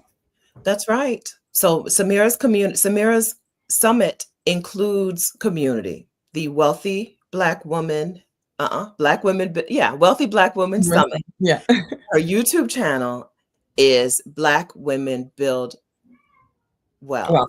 Am I getting those two reversed? I got it Yeah. right. So I the got it right. YouTube channel is Black Women Build Wealth. Black Women And then Build the Wealth. summit is the Wealthy Black Women Summit. Yes. Those are two places where you will hear these conversations over and over again. Of course, I've linked to them in the description of this Mhm. video.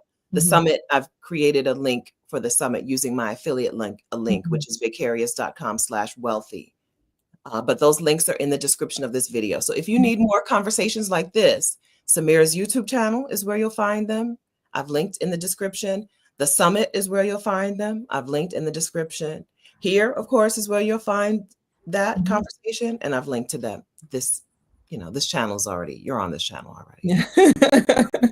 That's where you keep it. It's not, and we're not saying get rid of everybody who doesn't agree with you and only be with new people. That sounds kind of like a cult. Okay. Yeah. Okay. Instead, what we're saying is add to. We're Yeah. not saying delete the people in your No. life who are like, oh, I don't know about this, or I've No, never I mean, thought about that. Or, you cannot, right? Because at the end of the day, those are your dreams. I don't yeah, think that it's fair to be asking people in your circle to have the same dreams as you, because they don't see it like that, right? So those are your dreams. So yes, be in community with people who have those same dreams, but you can't be canceling people out of your life because they don't have those dreams either. But don't let them deter you from achieving what you want to achieve, that's because right. then that'll be just too bad, right? So again, why do you want to live the life that other people are actually defining for you? Because it's fear based, right? For them also, it's fear based. There's a lot of fear based in there. But to fight fear, you go, you get the information, you get the knowledge, you talk to other people who have done it, and then it becomes more achievable. And so that's really the idea behind it. Because, and again, I'm going to go back to the whole emotional aspect of money, and how we talk about money in our community. The studies have shown, if we don't do anything, Black wealth is going to go to zero by 2053. I think Yeah, 2053 is not too far off, it's not right? far. It's like what? It's like 28 years That's from right. now. 28 years. Well, I want to live to 101, and the last thing that I want to see is Black people not being wealthy, That's right. because we have already worked so hard for this. The only thing that we're missing is, like, how do we make sure this money is working harder for us? How do we making sure that we putting ourselves in situation where at one point, if we don't want to go to that job anymore, we can say that we're not going. Or if that job say you don't have a job here anymore, we say, well, thank you so much, see Uh-huh. you never, and then you Yes. move on with your life. Like, it's so empowering to be in that situation, right? So and so that, for me, it's really something it's so near and dear my heart. And you know what, I grew up in a culture when I was young, back in Africa. Back then, parents would never educate their daughters. They would Understood. never send them to school. They would never talk to them about money. It was just a culture that the boys will get to go to school. They'll get to be literate and know how to read. My parents were educated, so luckily, us the girls were able to go to school. And one thing that I will see again and again is, like, women getting married, not so much because they like the guy, but because the guy was wealthy, and Yeah. that the guy's God's gonna take care of them and take care of their family. And everything is good when Yeah. when their When it's relationship is going well, everything is good. But a lot of those women, they'll find themselves stuck in those relationships because they didn't know how to make money by themselves. And it was such a shame for you to divorce your husband and then having to move back with your parents. That is, if your parents accept you to be back, because your parents can be like, we don't care what's going on in your relationship there, you stay in that relationship. So they'll stay there stuck, they're miserable, they're sad. A lot of them will, like, literally die in those relationships because like they would develop some, like, disease because they're not happy. And so when I was young, I was just like, okay, no, that will never happen to me. Like, my wealth, my worth will not be determined by who I'm in relationship with, right? So I already knew back then that I needed to have my money in check. That's so I could stand by myself as far as money goes. And then if someone, whenever someone comes, then that person will come just to compliment me, but not like make the person that I am. So it's really so important for me. So when I talk about money being freedom for me, that's really that, right? That option that I have, choices that I have, and is undependent on anyone telling me anything, right? So, and I'm not saying that no, you cannot have a healthy relationship, like, between husband and wives, but from things that I was exposed with when I was young, it made me really scared for myself, because I'm like, am I gonna have to be in a relationship with someone just because that person has money, is the one that's supposed to take care of me, and then you find yourself stuck there. So you really opened my eyes at an early age on the power of money and how important it is to, have it, and being able to, like, have it in a way that is going to be keeping you safe, and secure when you actually need it. So yeah, very yeah, that's it's very important for me. This is liberation work, right? Yeah. This is liberation work. Yeah. This is it's not just about, right, a little vacation on a yacht, right? This Yeah. is liberation work. Yeah, it is. All right. I think, how did we do, Samira? How did we do in this conversation? I think we did well, Okay. because to me, and I like that our conversation was not only based on money, but that also we touched on other aspects, because money is just one aspect of our lives, Mhm. but there are like other aspects. So I like that we touched on that as well, and um, I want to thank you, Stephanie, because I think that the work that you're doing is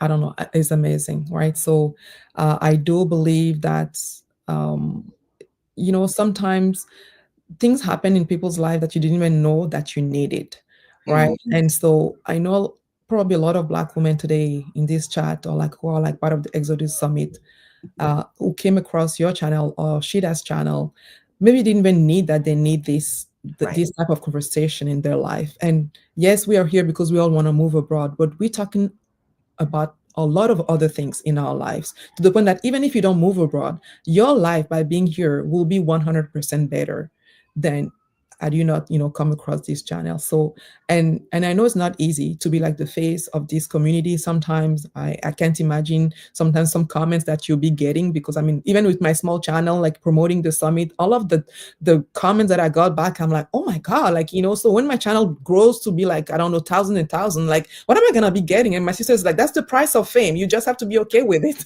So, but we're not exposed to that to the point that you're exposed to it. But like every week, you hear you still continuing the work, you're doing your summit, you're coaching Black women, to move abroad. And to me, it takes so much energy. Yeah, you need to be at the level, like a spiritual level, even that is like nothing common, right? So again, thank you so much. I cannot thank you enough, because I truly believe that your work that you and Shiraz are doing is fabulous. So yeah, keep on Thank keep on you. doing that. Yeah. Thank you. I appreciate that so much. Yeah, I love this community. I love the Black women that we get to hang out with and spend time with, including you. I appreciate you for being You're such a wonderful part of our community. Thank you. welcome. Thank you very much. All right, friends. So we'll see you next Saturday in the summit. I'll be here in the morning, but then my keynote is later in the day. So we'll Yes. see you next Saturday over in the Wealthy Black Woman Summit. Yes. Okay. Yeah. And before then, we'll see you here. We'll see you over on Samira's channel. I've linked to everything in the description of the video. All the links are in the description. Yeah. Okay. And I saw that some people shared someone shared the Pioneers template for the Calculator. close by. I strongly recommend to everybody to actually go plug in your numbers. That Okay. can be very, helpful for you to have an idea of like what you need to have in terms of your investment to reach close five, because you may be already there. That's the thing. Because we don't crunch the numbers, we don't pay attention. You may be already there and be like, oh, I don't need to clock in on Monday? You mean that I can grab my ticket and go today? Please, like, thank you for the people who shared it, and I hope that everybody got it. But definitely go on that calculator and plug in your number, because you may be already there and be like, juice. It happens every time for somebody, not everybody, but for somebody, she'll be like, oh, I already have this amount of money. Bye. That's right. And also I'm sorry, I can't remember who it was. Someone reminded me that you're probably talking 80,000 Canadian dollars a year, not US dollars a year. Oh yeah, I'm in Canadian. So girl, it's not as No, exorbitant. it's not US. That 80K Canadian used to be like 70K US or something like that. 80K Canadian is like 40 some K. I know. Well, yeah, probably in the 50 something 50, right now. 50? Like, yeah. The US dollar is struggling, y'all. Okay, Yeah. so I apologize for calling your number exorbitant. No, it's not US. I'm always thinking in Canadian because I live here in Canada. No, Yeah. like if that was US, that's too much. That's I'm sorry. Definitely too much. No, that's in Canadian dollars. Yeah. It's not an exorbitant amount of money in US dollars. That's No. right. That's right. Okay. All right. Thank you again. Samira. Hold on for 1 second. And thank you all, friends. We'll see you again. Thank you for being here, for being so wonderful as always. See you guys again very soon. Bye. Have a good day, everyone. Have a good day, everyone. Okay. Thank you.